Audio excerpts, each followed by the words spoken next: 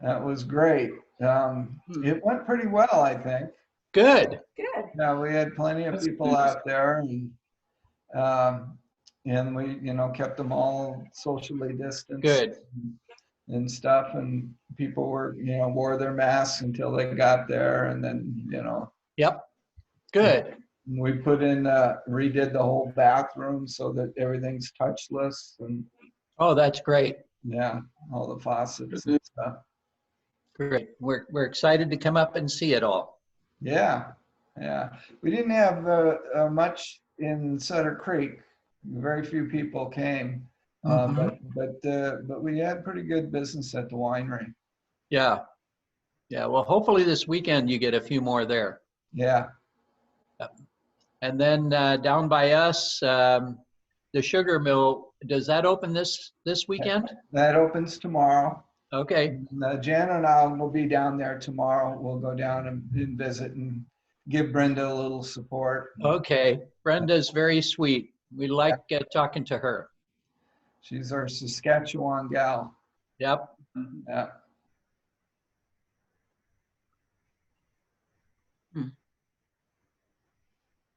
Yeah, I haven't poured myself a glass of wine. I think I'll get one. Yep.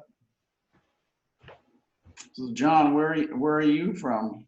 We live in the southwest Greenhaven area of Sacramento. Oh, good. That's a nice place down there. I live in Scottsdale, Arizona. And where? Scottsdale, Arizona. Oh, Scottsdale. pretty. Very good. Beautiful area. Yeah, but They. Ed lived here for a long time. Uh-huh. Before that.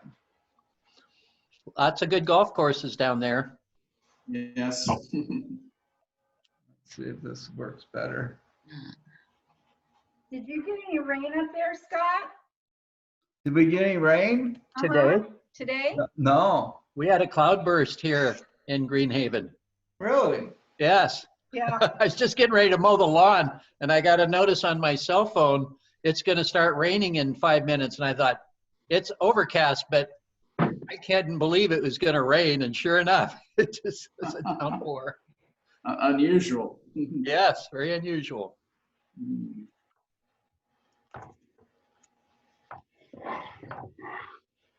Trying to make this work. Make it level. You have to set it up above the computer Yep. so we can get more people. And I have to put a white shirt on Yep. That's great. because you can't see. Yeah, a pink shirt wouldn't have helped. No. That's great. Yeah, that'll work. Okay, I need some wine. Hi, Jana.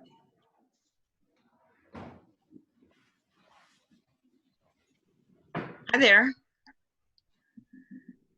Hi, Jana. Hi. Oh. Nice to see you all. Yep, it's good to be seen. Looking at a wine bottle. Yep. Must be your Sauvignon Blanc or Riesling. I can't tell. What I'm opening is a Navarro dry Gewürztraminer. Ah, Navarro dry Gewürztraminer. Wow. That's pretty good. It's one of my, I really like this wine. Oh yeah, there it is. Yeah, it's One of my it's- favorites. Yeah. Navarro. Yep. I get a case every year, and the wine, wineries, we always do interwinery pricing with each other. Mm-hmm. I sat on a board of directors with Deborah Kahn, who's one of the owners of Navarro. Mm-hmm.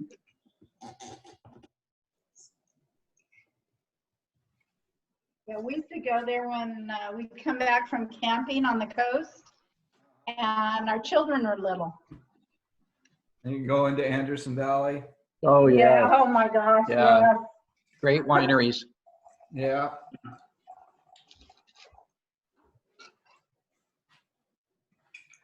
Yeah, if I was starting all over in the business,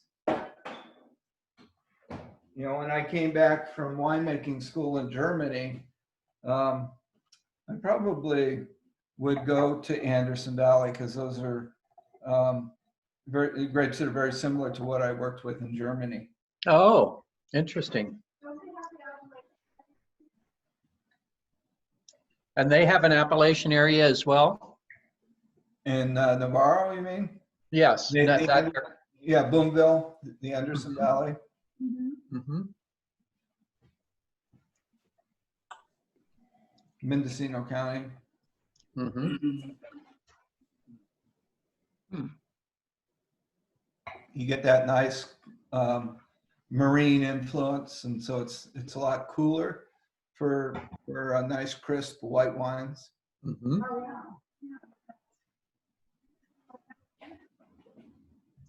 So how's your wife doing, Ed? Good, coming along, improving. Uh-huh. So that's good, yeah. It's nice to be close to Mayo Clinic. Yeah. And your son, Scott, is he still here in California or is he there in Arizona? And he is up in Walnut Creek, but he works for a farmer, big pharma. He's a controller for big this company, Adams Pharmaceuticals. Hmm. So he's Hey, Molly. changed. Hello, here I am. It's crazy out there right now. It's pouring rain down here. Oh, huh. That's what John said too. He was getting rain. Huh. Well, might get Yeah. some yet. Hey, there'd be great things for that fire that's going on over in over off Grant Line. There's a fire down Big there? old fire. Yeah, off Grant Line and Kiefer, out by the dump, Oh, huh. outside of Sleuth House. It was so smoky driving through El Dorado Hills on my way down. Oh, big. Hi, everybody. Hello. So Molly, we didn't do like a little outline on this. No, I figured we'd just kind of keep it real casual and conversational. We can talk a little bit about our different styles of rosé, and we thought that, you know, because we talk, especially me, I talk a lot about our Barbera rosé because I absolutely love that wine. Not to say I don't love the other wines too, but recently that's been my go-to. And so we thought it'd be fun to kind of switch gears and talk about the process of making our Tickle Me Pink in particular, because it is quite different from how we make our rosé at Barbera. But yeah, we thought we'd just keep it kind of light and easy, and it's a Friday evening. Yeah, with it raining outside. Another person. Hi, Cheryl. I'll join. I sure like it with all the names posted on the pictures. That's nice. It is. Yes, it Got is. both their names. I need to go get my glass of wine. Yes. Yeah. I've got a couple. So Yeah, Molly, I have set up It here. does. Like a Actually, we real can probably get started because it is 5:30. Mhm. I have 4 glasses of the Sauvignon I'm Blanc having my favorite.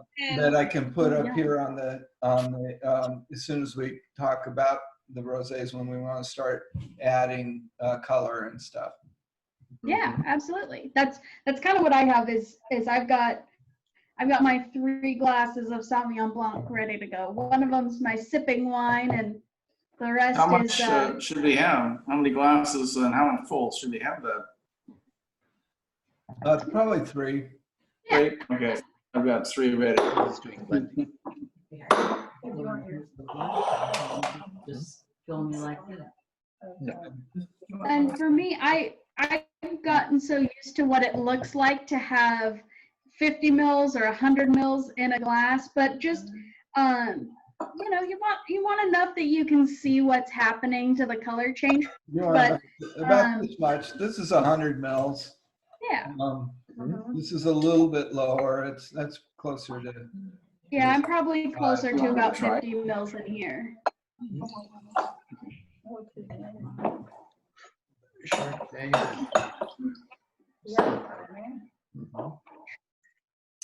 Okay, to well, pull let's get up started. my little So video how that I many had. people are there Yeah. in here, do you know? 6. Just 6 of us? Yeah. Oh, okay. Okay, so this is a little seminar on rosés. There's 3 ways to make rosé. These 2 wines are 2 of the 3 ways. I'm gonna probably let Molly, because she's so excited about how these work, but you can see the difference in color. This is a rosé that was made to be rosé from the very beginning, where we picked the grapes to make it as rosé and went straight through the process of making a rosé. This is a different type of rosé, and then the third type of rosé is what's called Saignée, and it's my least favorite of the 3, and therefore we don't make one. And the reason that Saignée is the way it is, it's usually much heavier in alcohol and much more weighty, not very crisp and fresh. And that's because Saignée is made as a byproduct to red wine. So when you're crushing, I made a Saignée Cabernet Sauvignon for a custom crush client, and when I was crushing his Cabernet, I just bled off juice from the crusher. So those grapes were picked to be heavy red wine, and then you're bleeding off juice, and so therefore there's less juice left per amount of skins and stuff. So red wine becomes even more heavier and more extractive. And then you have this juice that has just a little bit of color from the few cells that were broken as it was bled off. But then you're starting with this high alcohol and higher pH that make these real heavy, kind of clumsy rosés. And so it's more of a byproduct rather than making rosé from start to finish with grapes that are picked at lower sugar like this one. So Molly, I'll let you talk to him about the difference between the Barbera Rosé and the Tickle Me Pink. Yeah, well, there's stylistically they're pretty darn different. We have the Rosé of Barbera, which, like Scott said, is specifically made as rosé. It's a single varietal, and we pick those grapes for that wine in particular, and to make it in a style like we were making white wine. So we basically just take red grapes and do our white winemaking process on it, which means we destem and then it goes straight to the press, because we want to leave as little skin contact as we can, enough to get the color that we like and a tiny bit of that character, but we want to keep it really light and fresh. That wine then we continue to make, and we make it in a very dry style. It's not spritzy, it's not sweet, and super, super light and refreshing. The Tickle Me Pink is what we call hot tub wine. It's patio wine. It is. Just a second, Molly. Yeah. So the alcohol on the Barbera Rosé is only 10.5%. So these grapes were picked at like 21% sugar, where the same vineyard picked for red wine would be picked probably 2 or 3 weeks later at 24 to 26% sugar. Okay. So, and what we're doing is we're making that Trocken or Habtrocken Kabinett style wine that I learned how to make in Germany. So it's the same. The specs for the rosé, the Barbera Rosé, the specs for our Riesling, for our Vermentino are all pretty much the same in this much lighter, crisper style. Okay, and then we can go. And notice the difference in color. That's why I'm wearing this white shirt, so you can see this is much pinker, much more salmon, bright, vibrant pink color, where this one's a little more more, a little bit more on the, I wouldn't say it's orange, but it's a kind of an orangier Kind of thickness. peach. Kind of a peachy Yeah. color. Yeah. So the Tickle Me Pink is made more. It's a blended rosé. So I've jokingly called it the kitchen sink wine because we put a little bit of everything into it. This vintage in particular actually has some of the Barbera rosé. It's got some Sauvignon Blanc. I think some Pinot Gris went in there. Sure. Might have had a little Muscat. And then our super secret grape is we actually ferment a little bit of Concord. And the same Concord grape that you find in grape juice, grape jelly, and we ferment that down to a dry wine and add that in. And it lends itself, we put just a little bit of it in, and so it lends itself to just that slight nostalgic character, that slight character of, oh, I recognize that flavor. And then we have a little bit of sweetness to it, and then we carbonate it actually as it's going into the bottle. So we add a little bit of spritz, and we add specific levels of CO2. There's machines out there that will actually let you dial in how much carbon dioxide you want to add into your wine. And so we decided on a level that is just slightly lower than what's considered an actual sparkling wine. There is a level of CO2 where it changes from being an effervescent wine to being a sparkling wine. And so we're right under there, and that helps to give a little bit more freshness to the wine. And so it makes it super, super balanced. And it's a really, for me, it's such a fun wine to drink. It's the wine that my friends always request that I bring with me, and we have a great time with it. How did you decide on 9 varietals to put in there? What was your deciding point? You want to answer it, Noel, or you want me to? You can go for it. I've been talking for a little bit. It's we're trying to create a profile that the American consumer would like. It's the same thing I did when I created Ménage à Trois. I was trying to create a flavor profile. Actually, I was creating this, which was an Alsatian style Gewürztraminer when I created Ménage à Trois, with no Gewürztraminer in it, because Americans don't buy Gewürztraminer because they can't say it. And but Americans love that floral character, and so Ménage à Trois was crafted with kind of a rich Chardonnay base with a floral character at the front, which was Muscat, and then with a bridging component that took you from that floral component to the big heavy base. Alsatian wines have almost an oily base to them, and so that's and it took off. I mean, it hit the American public. So this is the same thing. I'm trying to.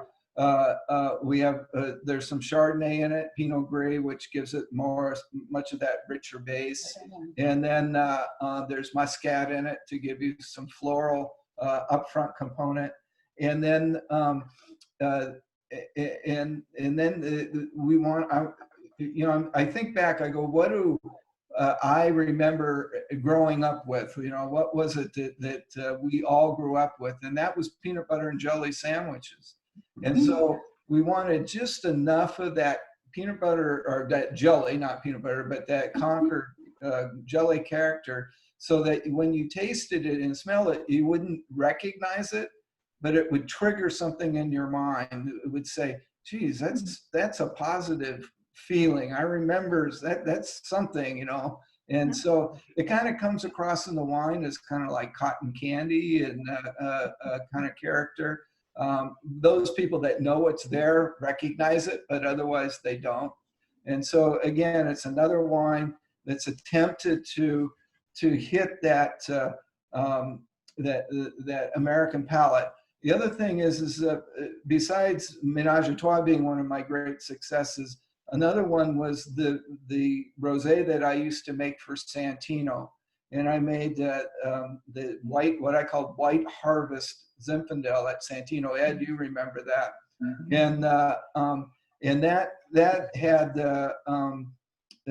that light, low alcohol. Again, it was a German cabinet style of winemaking. So I wanted to get that white Zinf, and I made it spritzy as well. I made it at about 3,500 parts per million. Sparkling wines at about 4,500 parts per million, and that was very successful. So we kind of put together the Ménage à Trois in that early White Harvest Zinfandel that I made, and came up with this with the added little caveat of just a little bit of that Concord flavor. So that's where it came from, Ed. And so that's where we get the varieties to put it together. Every year they'll be a little bit different. The Pinot Gris comes from Lodi, and I get it from the same vineyard every year, and they also have a little Chardonnay, so I can use that. And then we'll use when we make our Sauvignon Blanc, our Riesling, our Rosé, whatever's left over from all of those wines just gets kind of thrown in, and then we balance it all out. So that's where the blend comes from. Interesting. And it's fun because Molly and I get to sit in the lab, and we'll go through 30, 40 blends of moving a little bit of this, a little bit of that, until it tweaks to the point where it all works together. Yep. And then we have to turn it pink. Yep. Because there's just a touch of real rosé in it, which is this Barbera rosé. In the Concord is actually rosé wine as well. And then so the process of turning it pink is the next part of this seminar. Okay. Yeah. So. One more quick note on the Concord itself. When I was a kid, white grape juice was really popular, and so because it makes much less of a mess than regular purple grape juice if you spill it, and it's a little bit tartar. It has it's a little bit brighter of a real grape Concord flavor.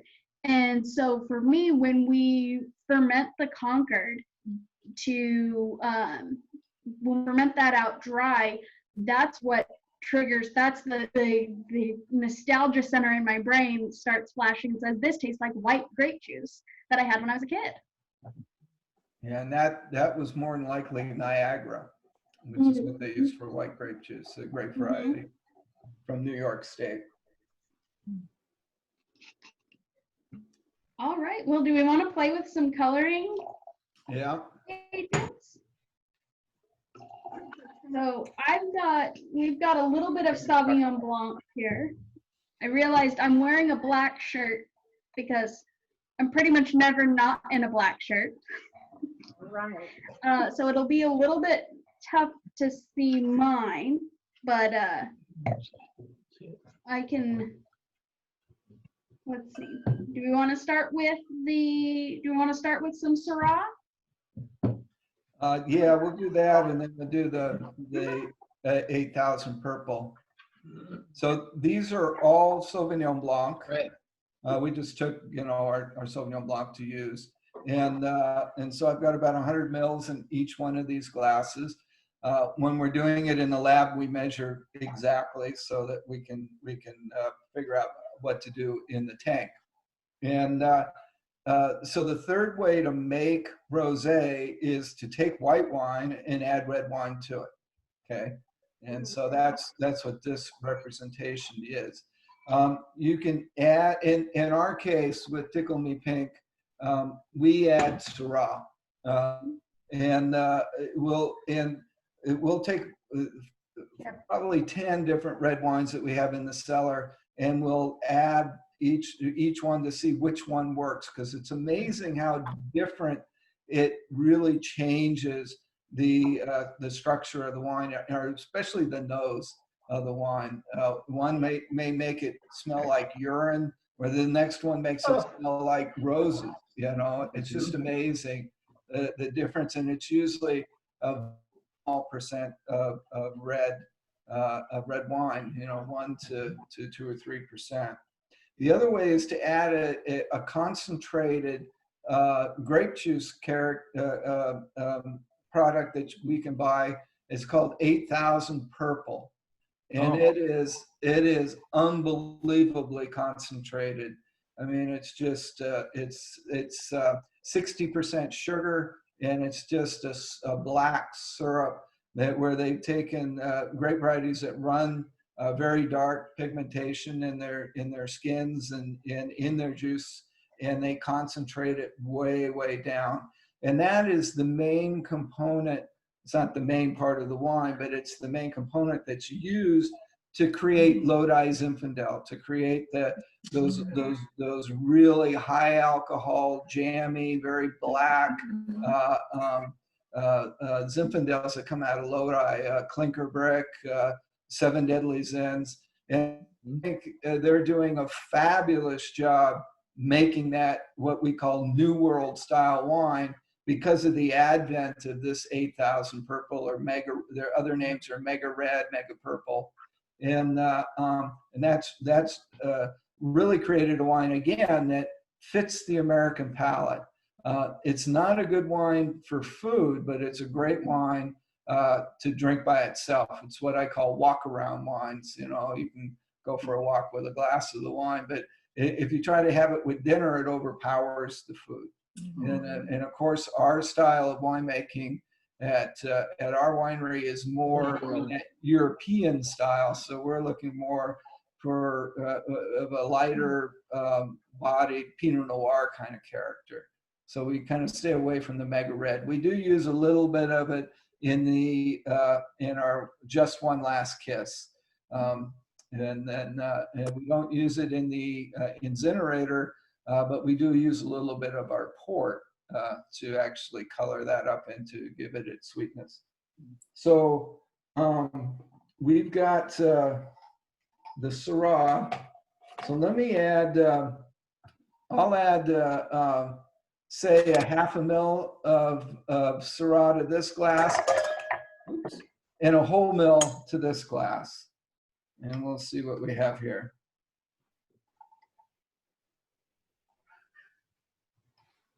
I don't know, Ed, did we send out a pipette with? Yeah, I have a little plastic dropper like mine. Yeah, how many mils does that hold?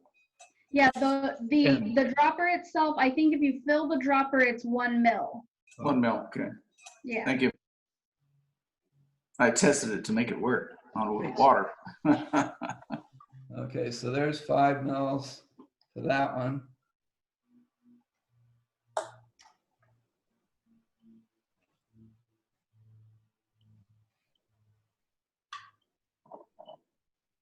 Jan is standing behind me, filming this for Facebook, and she has a black shirt or a brown shirt on. It makes it hard for me to see that, but that's okay. So you can see how it's coloring up. Mm-hmm. So you've got just a touch of color here. Here it's becoming rosé, okay? And so let's add another mil to this. So this will be 1.5, and this will be 1.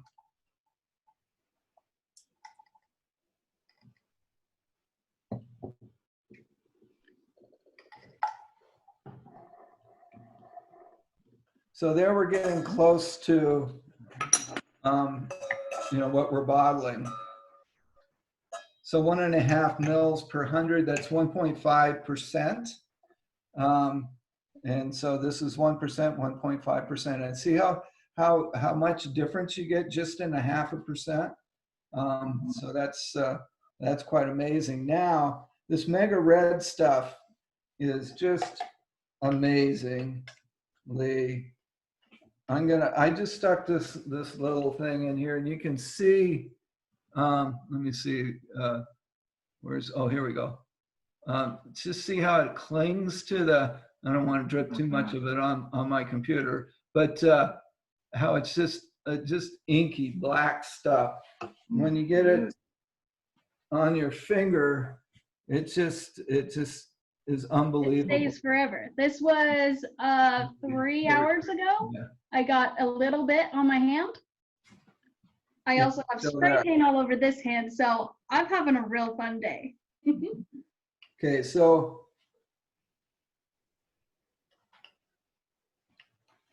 we're just going to put 1 drop. Now that was 2 drops in that one and 1 drop in this one.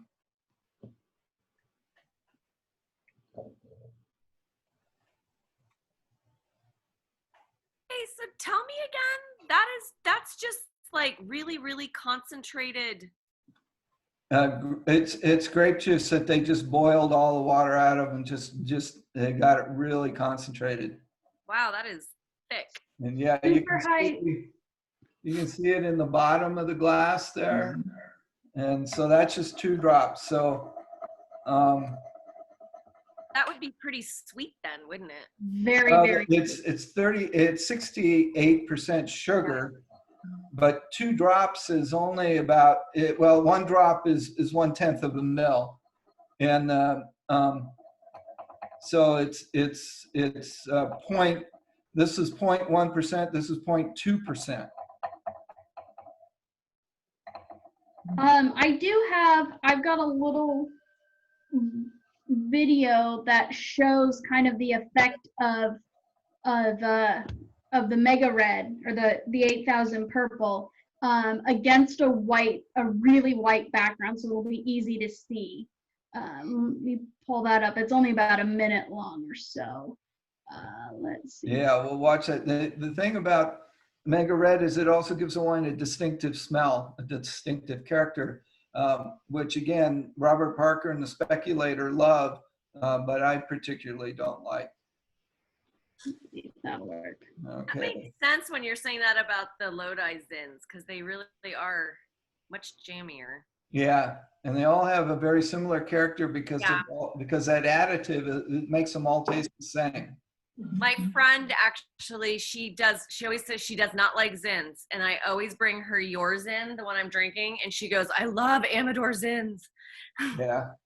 Yes, because they're real red wine. But Yeah. I mean, the Lodi Zins are too. It's just a different style. Yeah, yeah. Me too, and Lust from Phillips Farms, those are quite different. You know, Earthquake's in, yeah, they're just have no comparison to yours at all. There. Well, That's what I'm having. I think they're all well-made wines. It's just they're very different styles. They are. Can y'all see my screen, or have I done Yep. this wrong? Yeah, I can see it. Molly. Okay. So this I'm actually using a little bit of our Barbero Rosé, a little bit of that rosy color, but you'll see I keep one of them with just that. You see how heavy and dark that is? That's 1 drop of that 8000 Purple, and you can see how it gets kind of pulled up into solution, and how much just a drop changes so dramatically. And it takes a while to get that to go all the way into solution. Interesting. So then I did a second drop just so you can see how truly dark it can get with so little of that 8000 Purple.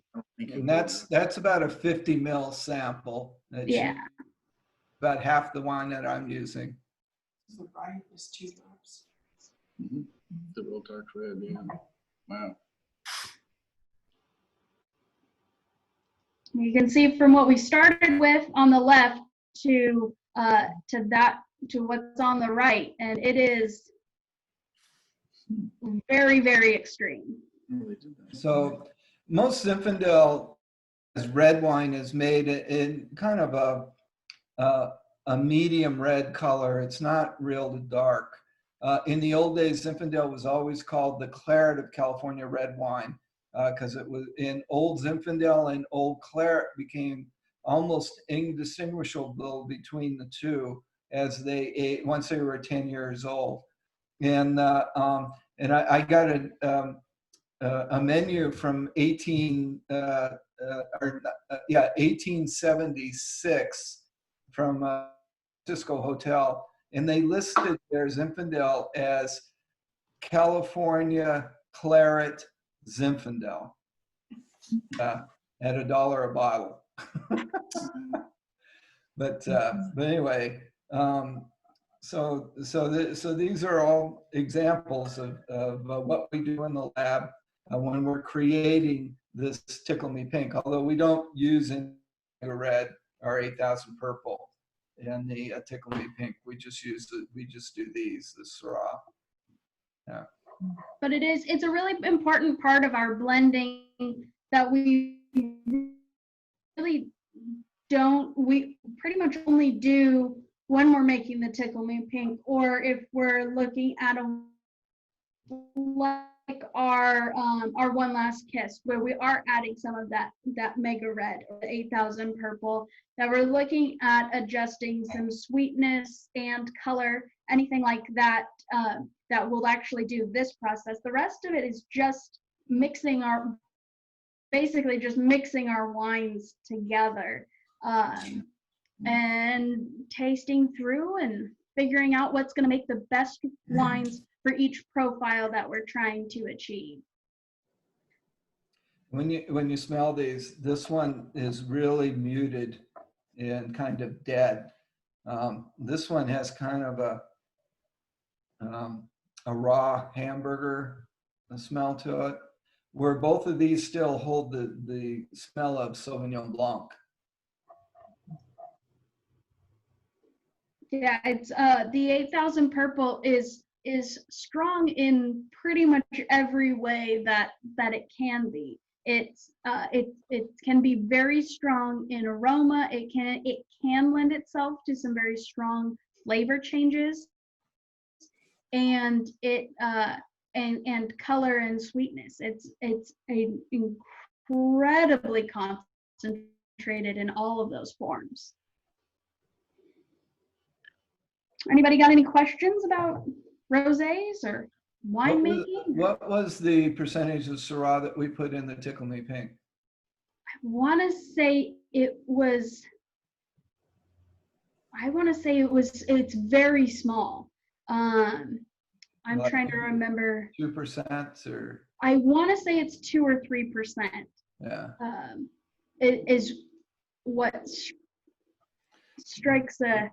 I have the records here. I was gonna say I was gonna look for mine, but if you've got them right there, do most rosés start with a typical base? Like you guys just started with Sauvignon Blanc. Mm-hmm. Do most start with Sauvignon Blanc? Sauvignon Blanc was just it's just an easy wine for us to showcase the power of how these different coloring agents work, how using Syrah or the 8000 purple, it makes a really obvious change. So it really depends on the rosé. Some, like our rosé of Barbera, is 100% Barbera, and it's made specifically in that style. So we're not adding anything to, we're not really using it as a base wine. We're treating that wine as a whole entity unto itself.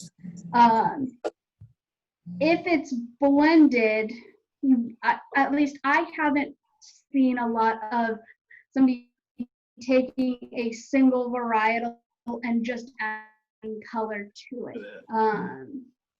At least in my experience, that's not terribly common in creating rosé. It's more common to see a blend like So it is the Syrah that gave us this color pink was 20 gallons in 2,000 gallons of total blend. So it was 1%. Is all it was.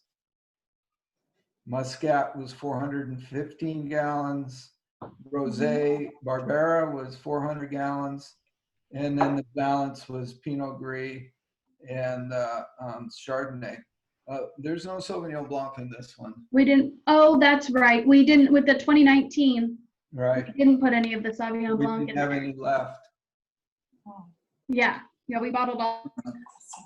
Ooh, look at the fizz. I've only got 2 here.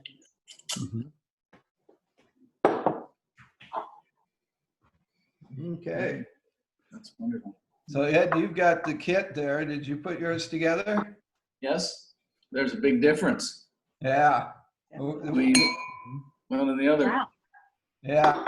It is What do pretty neat. Ed's got a great palate. What's the difference in the nose? The lighter one is more appealing. That's Uh, raw. I didn't put Syrah, I just put the pink, the big purple in both. Oh, I see. I didn't put but the 2 drops is kind of offensive of the mega purple. Uh-huh. And now I'll try some, how much Yeah. Syrah should I put in? You get that kind of, because it's cooked it's baked to boil off the water.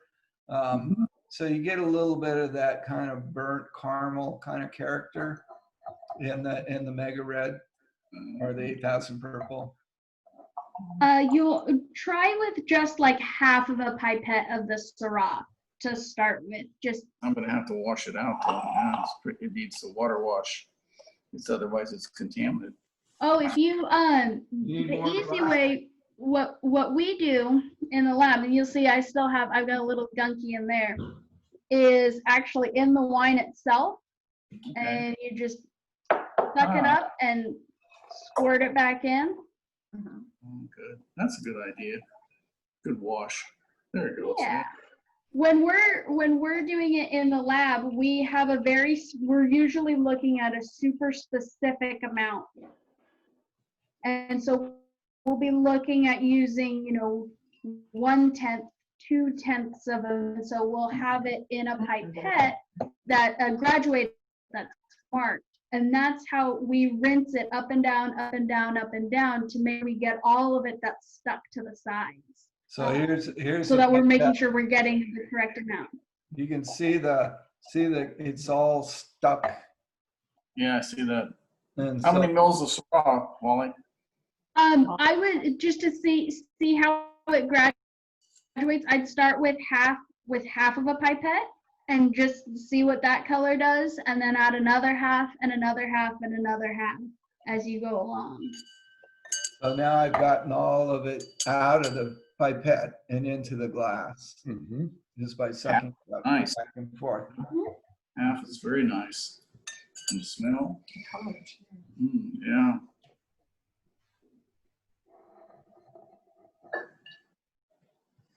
Ed helped me blend at Santino. This is 30 years ago. He was working with Monsanto back then. Wow. And, he would be out working the market in our area, and he'd always come to my place at like 4, his last stop, and then we'd just drink wine all afternoon. Great. And I go, okay, Ed, this is what we were blending today. Give me your expertise. That's great. This is lovely with Syrah in there. Both half and one, even one was pretty nice. Very nice. Good smooth. Mm-hmm. I think I'll go for it. Go ahead. What else were you gonna say, Ed? Oh, nothing. I think our very first vintage that we did of the Tickle Me Pink, which was 2016, we actually used Zinfandel instead of Syrah, and it was much orangier. It had a much more orange hue than the last couple of years that we've made with Syrah. Syrah gives it much brighter pink, whereas Zinfandel gives it more of an orange character. Right. Interesting. Wow. This color is beautiful. Yeah, this is lovely. Yeah, and with rosé, color is such an important part. I don't think wine should ever be bottled in a clear bottle because light affects wine. Sunlight will make it'll give it what we call a light stroke, and it'll make it kind of lose its flavor and develop in extreme cases a rotten egg smell reduction. And so I always want my wines to be bottled in colored glass, but I don't make all those decisions because I'm not selling the wine. The person who sells the wine makes the final decision on the bottle, except for on our Riesling. I refuse because I'm following the tradition of where I went to school and learned how to make wine in Germany. So, but Jana has to sell this stuff, and the color is so important to the sales that it gets put in a clear glass. Right. But and Sauvignon Blanc I make for her as well. I'm not a big Sauvignon Blanc fan. So she wants that in clear glass, then it's in clear glass. But the Riesling is in colored glass. Well, my experience, Scott, is that the Tickle Me Pink doesn't stay around very long, so it doesn't matter what it's put in.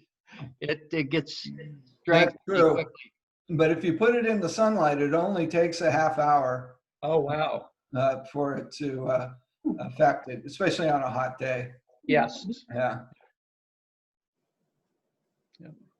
Or if the liquor store puts it on display in the window. Yeah. you Right. know. Right. That's amazing.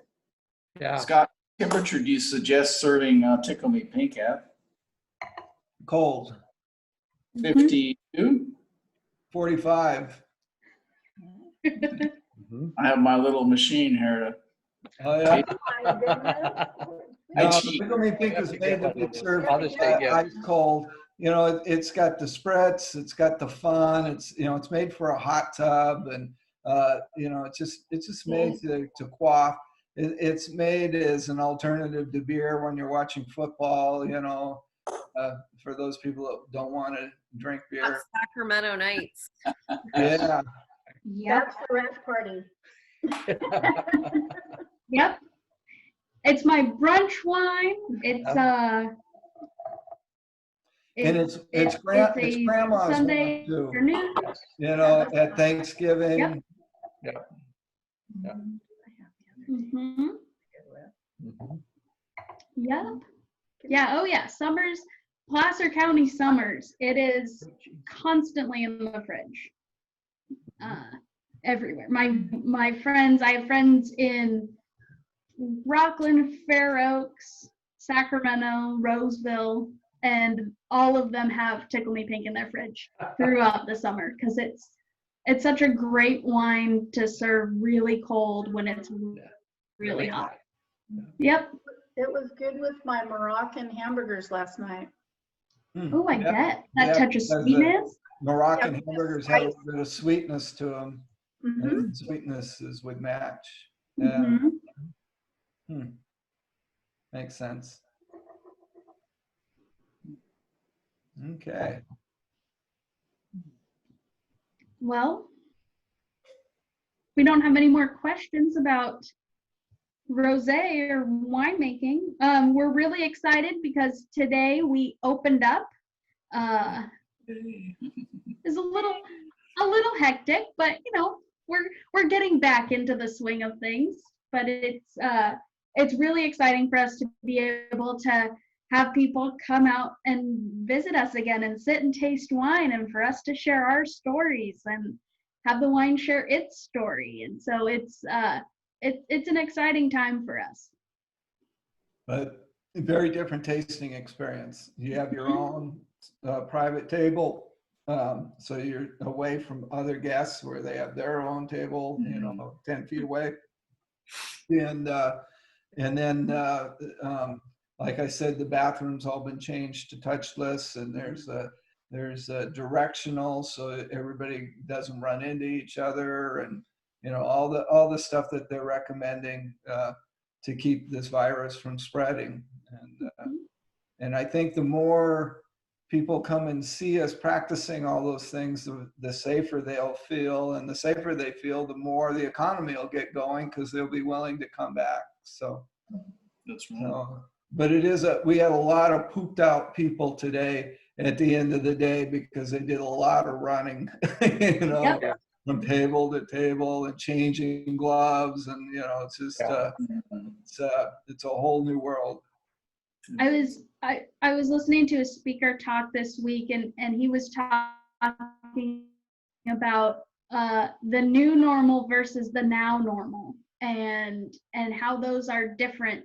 And so we're in kind of that, and he called it liminal space, that space between what was and what is going to be. And that kind of is how we feel right now, is we've made a bunch of changes, and there's more changes to come, because this situation is real kind of fluid, but we're doing our part in hoping that our guests are safe and comfortable where we're at right now. Trying to make for the great experience that people have always had with us. Just a little tweaked, a little different. My part by ordering cases and cases of wine. Thank you. We appreciate that. I think I spent my stimulus check on all Scott Harvey wine. We appreciate it greatly. Yes, we do. Very much. You need to have what you like. Yeah. Question for Everybody's dealing with comfort food. And that's exactly what the stimulus checks were for. So many Small people. businesses. Yeah, so many people put them in the bank or pay down debt. And they No, I bought wine. Fantastic. Great. Jan, a question for you. Will you have this on YouTube or a recording on your website?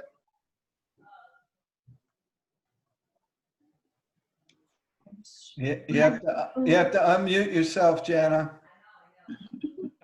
Oh, Yes, it's all being recorded. So we put them on, we're putting them on YouTube. They're not all there yet, but this one will get.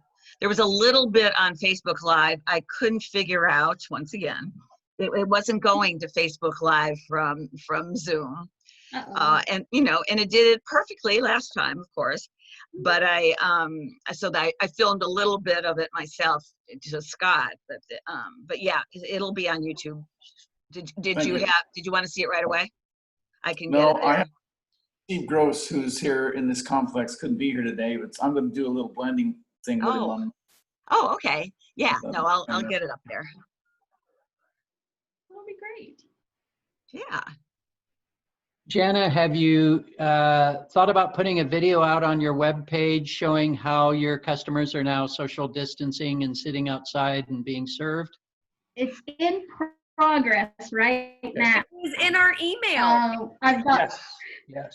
I've got lots more fun photos of our staff in masks, and our Good. staff wearing gloves, showing off their gloves, and all the updates and upgrades that we're making to our facilities. So that should be coming out relatively soon. Good. That's great. We did. But yeah, but we did put a little video of one of our first customers in today, and Scott welcoming people. But we'll get lots more stuff up there now that we have something to show. There was a lot of wind, so there's Yeah. unfortunately a lot of wind in the background. But Wow. it was Yogi and Carol, I think, the two gals, and Good memory. and she was traveling in one of these beautiful Mercedes vans, on Oh, a yeah. big tour thing, and had her beautiful collie with her, beautiful dog. But yeah, I with the people, and watching them enjoy the wine and stuff. So it was nice today to see them back. It was a real kind of for as hectic as it was around there, it was very joyful out there, being able to invite everybody back to visit us again. Good. And to, like Scott said, see people sitting down and enjoying the wine, enjoying the view, and it was a very pleasant atmosphere out Good. Although it was a little windy. there. Just a tad. Yeah. Sure. I lost my hat 2 or 3 times. Yeah, we got some heavy duty umbrella stands, so they won't Yes. go flying away. Right. Right. Okay, well, I think we should wrap it up. I think we're about ready. Guys. So, Okay. Cheers. cheers. Cheers. Cheers. Cheers. I'm ready for some more wine, so I'm ready. Me too. Thank Might be you. time for a beer Thanks, for Scott. me. I'm excited. Thank Cheers, you all. everybody. Bye-bye. Bye-bye. Bye now.